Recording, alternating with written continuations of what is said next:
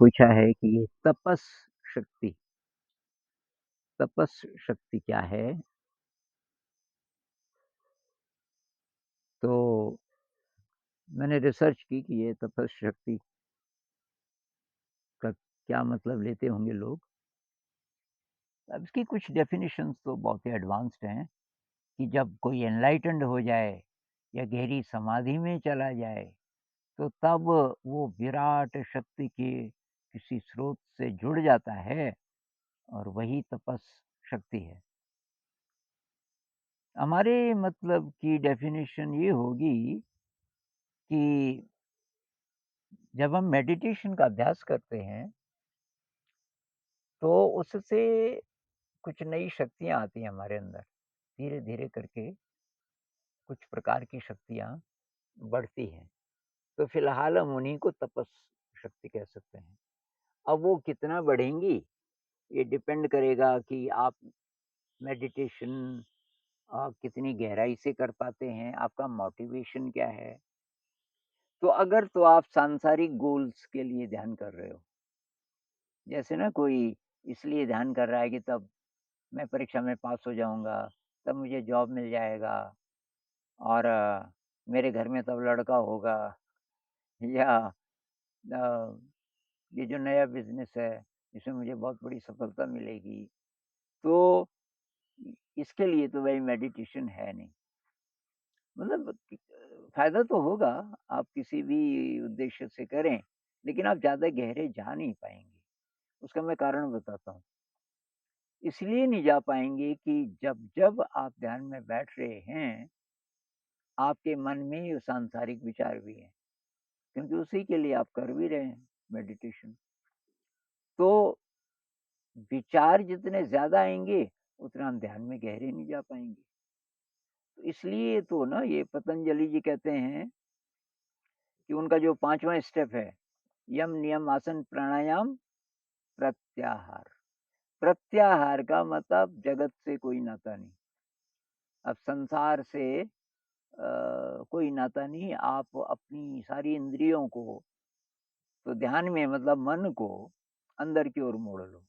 बस आपका अब लेना-देना केवल परमात्मा से है। परमात्मा कह लो, हायर सेल्फ कह लो, जो भी नाम कह लो, कि वो जो विराट शक्ति है हमारे अंदर, जो हमारे जीवन को चलाती है पल-पल, जो हमारी हर कोशिका में है, तो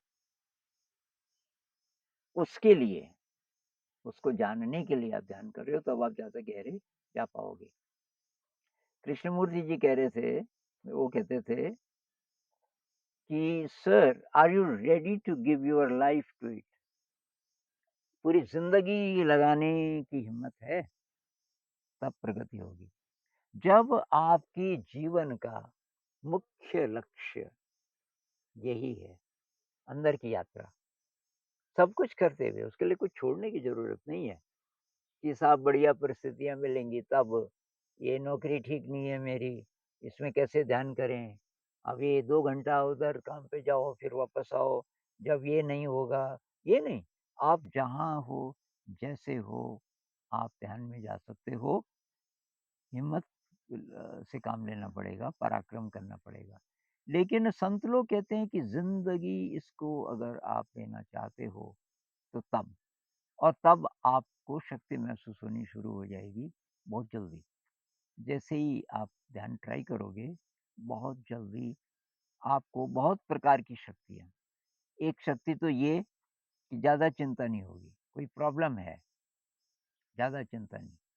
कुछ-कुछ ऐसा हो जाएगा, हे ईश्वर तेरी मर्ज़ी, Thy will O Lord not mine be done. तो ये उसका उल्टा हो गया ना। अगर कोई ध्यान करे इसलिए कि मेरी इच्छा पूरी हो, मुझे ये चाहिए, वो चाहिए, वो चाहिए, तो ये तो आपकी इच्छा है।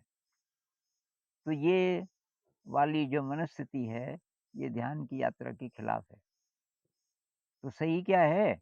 Thy will O Lord not mine be done. हे ईश्वर तेरी इच्छा पूरी हो, मेरी नहीं। क्यों? क्योंकि अंत में भगवान की इच्छा पूरी होनी है और मेरी इच्छा गड़बड़ भी हो सकती है। तो ये ऐसा जब आ जाए तो समर्पण हो जाएगा, तब विचार कहाँ से आएँगे? वही तेरी इच्छा। तेरी इच्छा क्या है मैं नहीं जानता, लेकिन मुझे स्वीकार है। तेरे फूलों से भी प्यार, तेरे काँटों से भी प्यार।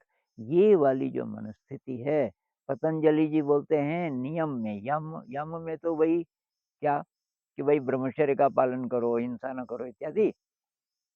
जो विपस्सना मेडिटेशन में भी बोलते हैं शील, उसको ये यम बोलते हैं, पतंजलि जी। उसके बाद नियम में कहते हैं 2 कंडीशंस अगर गहरे जाना है, तो ज़िंदगी में संतोष की अनुभूति, पहले से।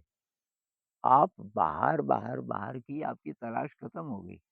बाहर आप काम कर रहे हो दुनिया में, बाल-बच्चे हैं, परिवार है, जो भी ज़िम्मेदारी है वो सब निभा रहे हो, लेकिन अ, आपका चित्त एकदम अंदर की तरफ है, तो संतोष की फीलिंग है।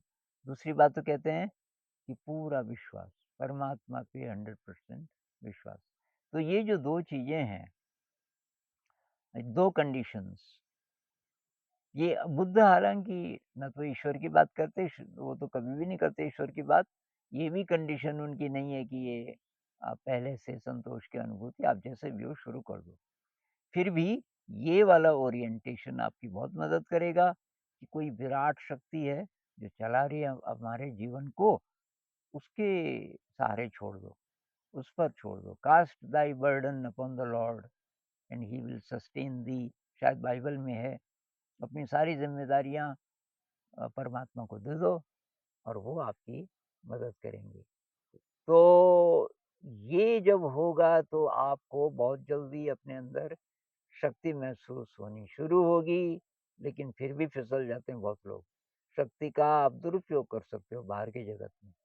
वो करने लग गए, तो आपने दुर्वासा ऋषि की कहानी सुनी होगी। तो एनलाइटेंड थे, दुर्वासा ऋषि श्राप दे देते थे, क्योंकि गुस्से के साथ काम नहीं कर पाए। तो ये ह्यूमिलिटी, ध्यान में शक्ति के पीछे मत भागो कि मैं पावरफुल बन जाऊँ, मेरे में हीलिंग पावर आ जाए, रिद्धि-सिद्धि आ जाए। इस इनके पीछे भागोगे तो फिर आप रिद्धि-सिद्धि काहे के लिए चाहिए कि बाहर की जगत में ये होगा, वो होगा, वो होगा, ये तो फिर उल्टी दिशा हो गई। कुछ नहीं चाहिए, हे ईश्वर मुझे कुछ नहीं चाहिए, बस तेरा स्पर्श चाहिए। किसी कंडीशन में रख दे, गरीब से गरीब बना दे, जो तेरी इच्छा, क्योंकि तेरी इच्छा पूरी होनी है वैसे भी। तो ये वाला जो एटीट्यूड है, हे ईश्वर तेरी इच्छा पूरी हो, मेरी नहीं, तब आपको शक्ति महसूस होगी। लेकिन उस शक्ति का सदुपयोग आप तभी कर पाओगे जब विनम्रता, कृतज्ञता, निस्वार्थ सेवा, इन 3 चीज़ों का भी अभ्यास करना है जीवन में। विनम्रता, विनम्रता में क्या? ईगो का उल्टा है। श्रेय मुझे नहीं चाहिए, अच्छा काम हुआ, उसमें मुख्य आप थे मान लीजिए। अब तारीफ़ हो रही है, कोई फूल माला लेके आ रहा है, आप पीछे हो जाओ। तो ये हुई विनम्रता। कोई पूछे कि भई वाह! कितना बड़ा काम आपने किया, तो आप बोलो कि भई सच ही है, मैं भी था। मैं लकी था कि मैं भी था, लेकिन काम तो बहुत लोग थे इसमें, मैं नहीं था, और सच भी यही है। क्योंकि भई आपकी साँस चल रही थी ना, इसलिए आप काम कर पाए, और साँस आपकी थोड़ी है। ये गुरुत्वाकर्षण ठीक-ठाक था सूरज और पृथ्वी के बीच, इसलिए आप काम कर पाए। आपको खाना-पीना मिल रहा था, आप बीमार नहीं थे, इसलिए बहुत सारी कंडीशंस जो कि पूरा ब्रह्मांड बनाता है आपको ज़िंदा रखने के लिए, आपको सद्बुद्धि देने के लिए, उस सबका रोल है। तो हम कैसे कहते हैं, चाहे चाहे सब लोग भी बोलें कि वाह जी वाह! आपने बहुत अच्छा काम कर दिया, आपको पता रहना चाहिए। ये बोल तो रहे हैं लेकिन एक्चुअली ये सच नहीं है। आप उनसे झगड़ा नहीं करोगे, आप चुप रहोगे, पर अंदर से आपको पता है कि इसका श्रेय तो उसी को जाता है। ये जो सुपर पावर्स हैं जो चला रही हैं हमारी ज़िंदगी को। तो ये हुई विनम्रता, कृतज्ञता। कृतज्ञता में क्या होता है? कृतज्ञता का उल्टा पहले मैं बताता हूँ, तब समझ आएगा कि क्या यार, ये वो कुछ भी नहीं उसने किया और वो इतना सफल हो रहा है। उसका बिज़नेस इतना अच्छा चल रहा है और मैं इतनी मेहनत कर रहा हूँ और मेरा चल ही नहीं रहा। ये क्या है? आप जितना आपके पास है, वो काफ़ी नहीं है। उसके प्रति ये जो कृतज्ञता कि भई हे ईश्वर, मैं आज भूखे नहीं मरूँगा, मेरे पास है खाना है आज के लिए और मेरा परिवार भी ठीक-ठाक है और मैं बेघर भी नहीं हूँ और आज देखो सूरज की रोशनी कितनी अच्छी है, वगैरह-वगैरह। ये सारी कंडीशंस जिनके कारण मैं ज़िंदा हूँ, तो हे ईश्वर आपका धन्यवाद, ग्रेटफुलनेस। तो ये बढ़ाना पड़ेगा, शुरू में ना हो चाहे, बढ़ सकता है प्रैक्टिस से। एक निस्वार्थ सेवा, धन्य भाग सेवा का अवसर पाया, ये वाली फीलिंग। कहीं सेवा का मौका मिले, ये नहीं कि साहब मैंने किया, अहंकार नहीं। इसलिए निस्वार्थ सेवा, नेकी कर कुएँ में डाल हमारे संत लोग कहते हैं। अच्छा काम करो, कुएँ में डाल का मतलब किसी को पता भी ना चले कि आपने किया। Anonymous, anonymous. लाओ त्सु कहते हैं सबसे पीछे, सबसे नीचे। जब आप बहुत शक्तिशाली बन जाओ, तब कहाँ जाओ आप? सबसे पीछे, सबसे नीचे, रास्ते की धूल जैसे बन जाओ, एकदम बिछ जाओ, सबकी सेवा में, लेकिन कहीं नज़र नहीं आ रहे, उसकी आपको चिंता ही नहीं। ऐसी स्थिति, इतनी विनम्रता। तो तब ये जो तपस्या शक्ति है, आपकी बढ़ती जाएगी, किसी को पता भी नहीं चलेगा। मतलब लोगों को लगेगा कि यार कुछ ख़ास बात है, लेकिन आप कभी नहीं इसके बारे में किसी को बोलोगे और किसी को आसानी से पता भी नहीं चलने दोगे। तो ये तपस्या शक्ति है।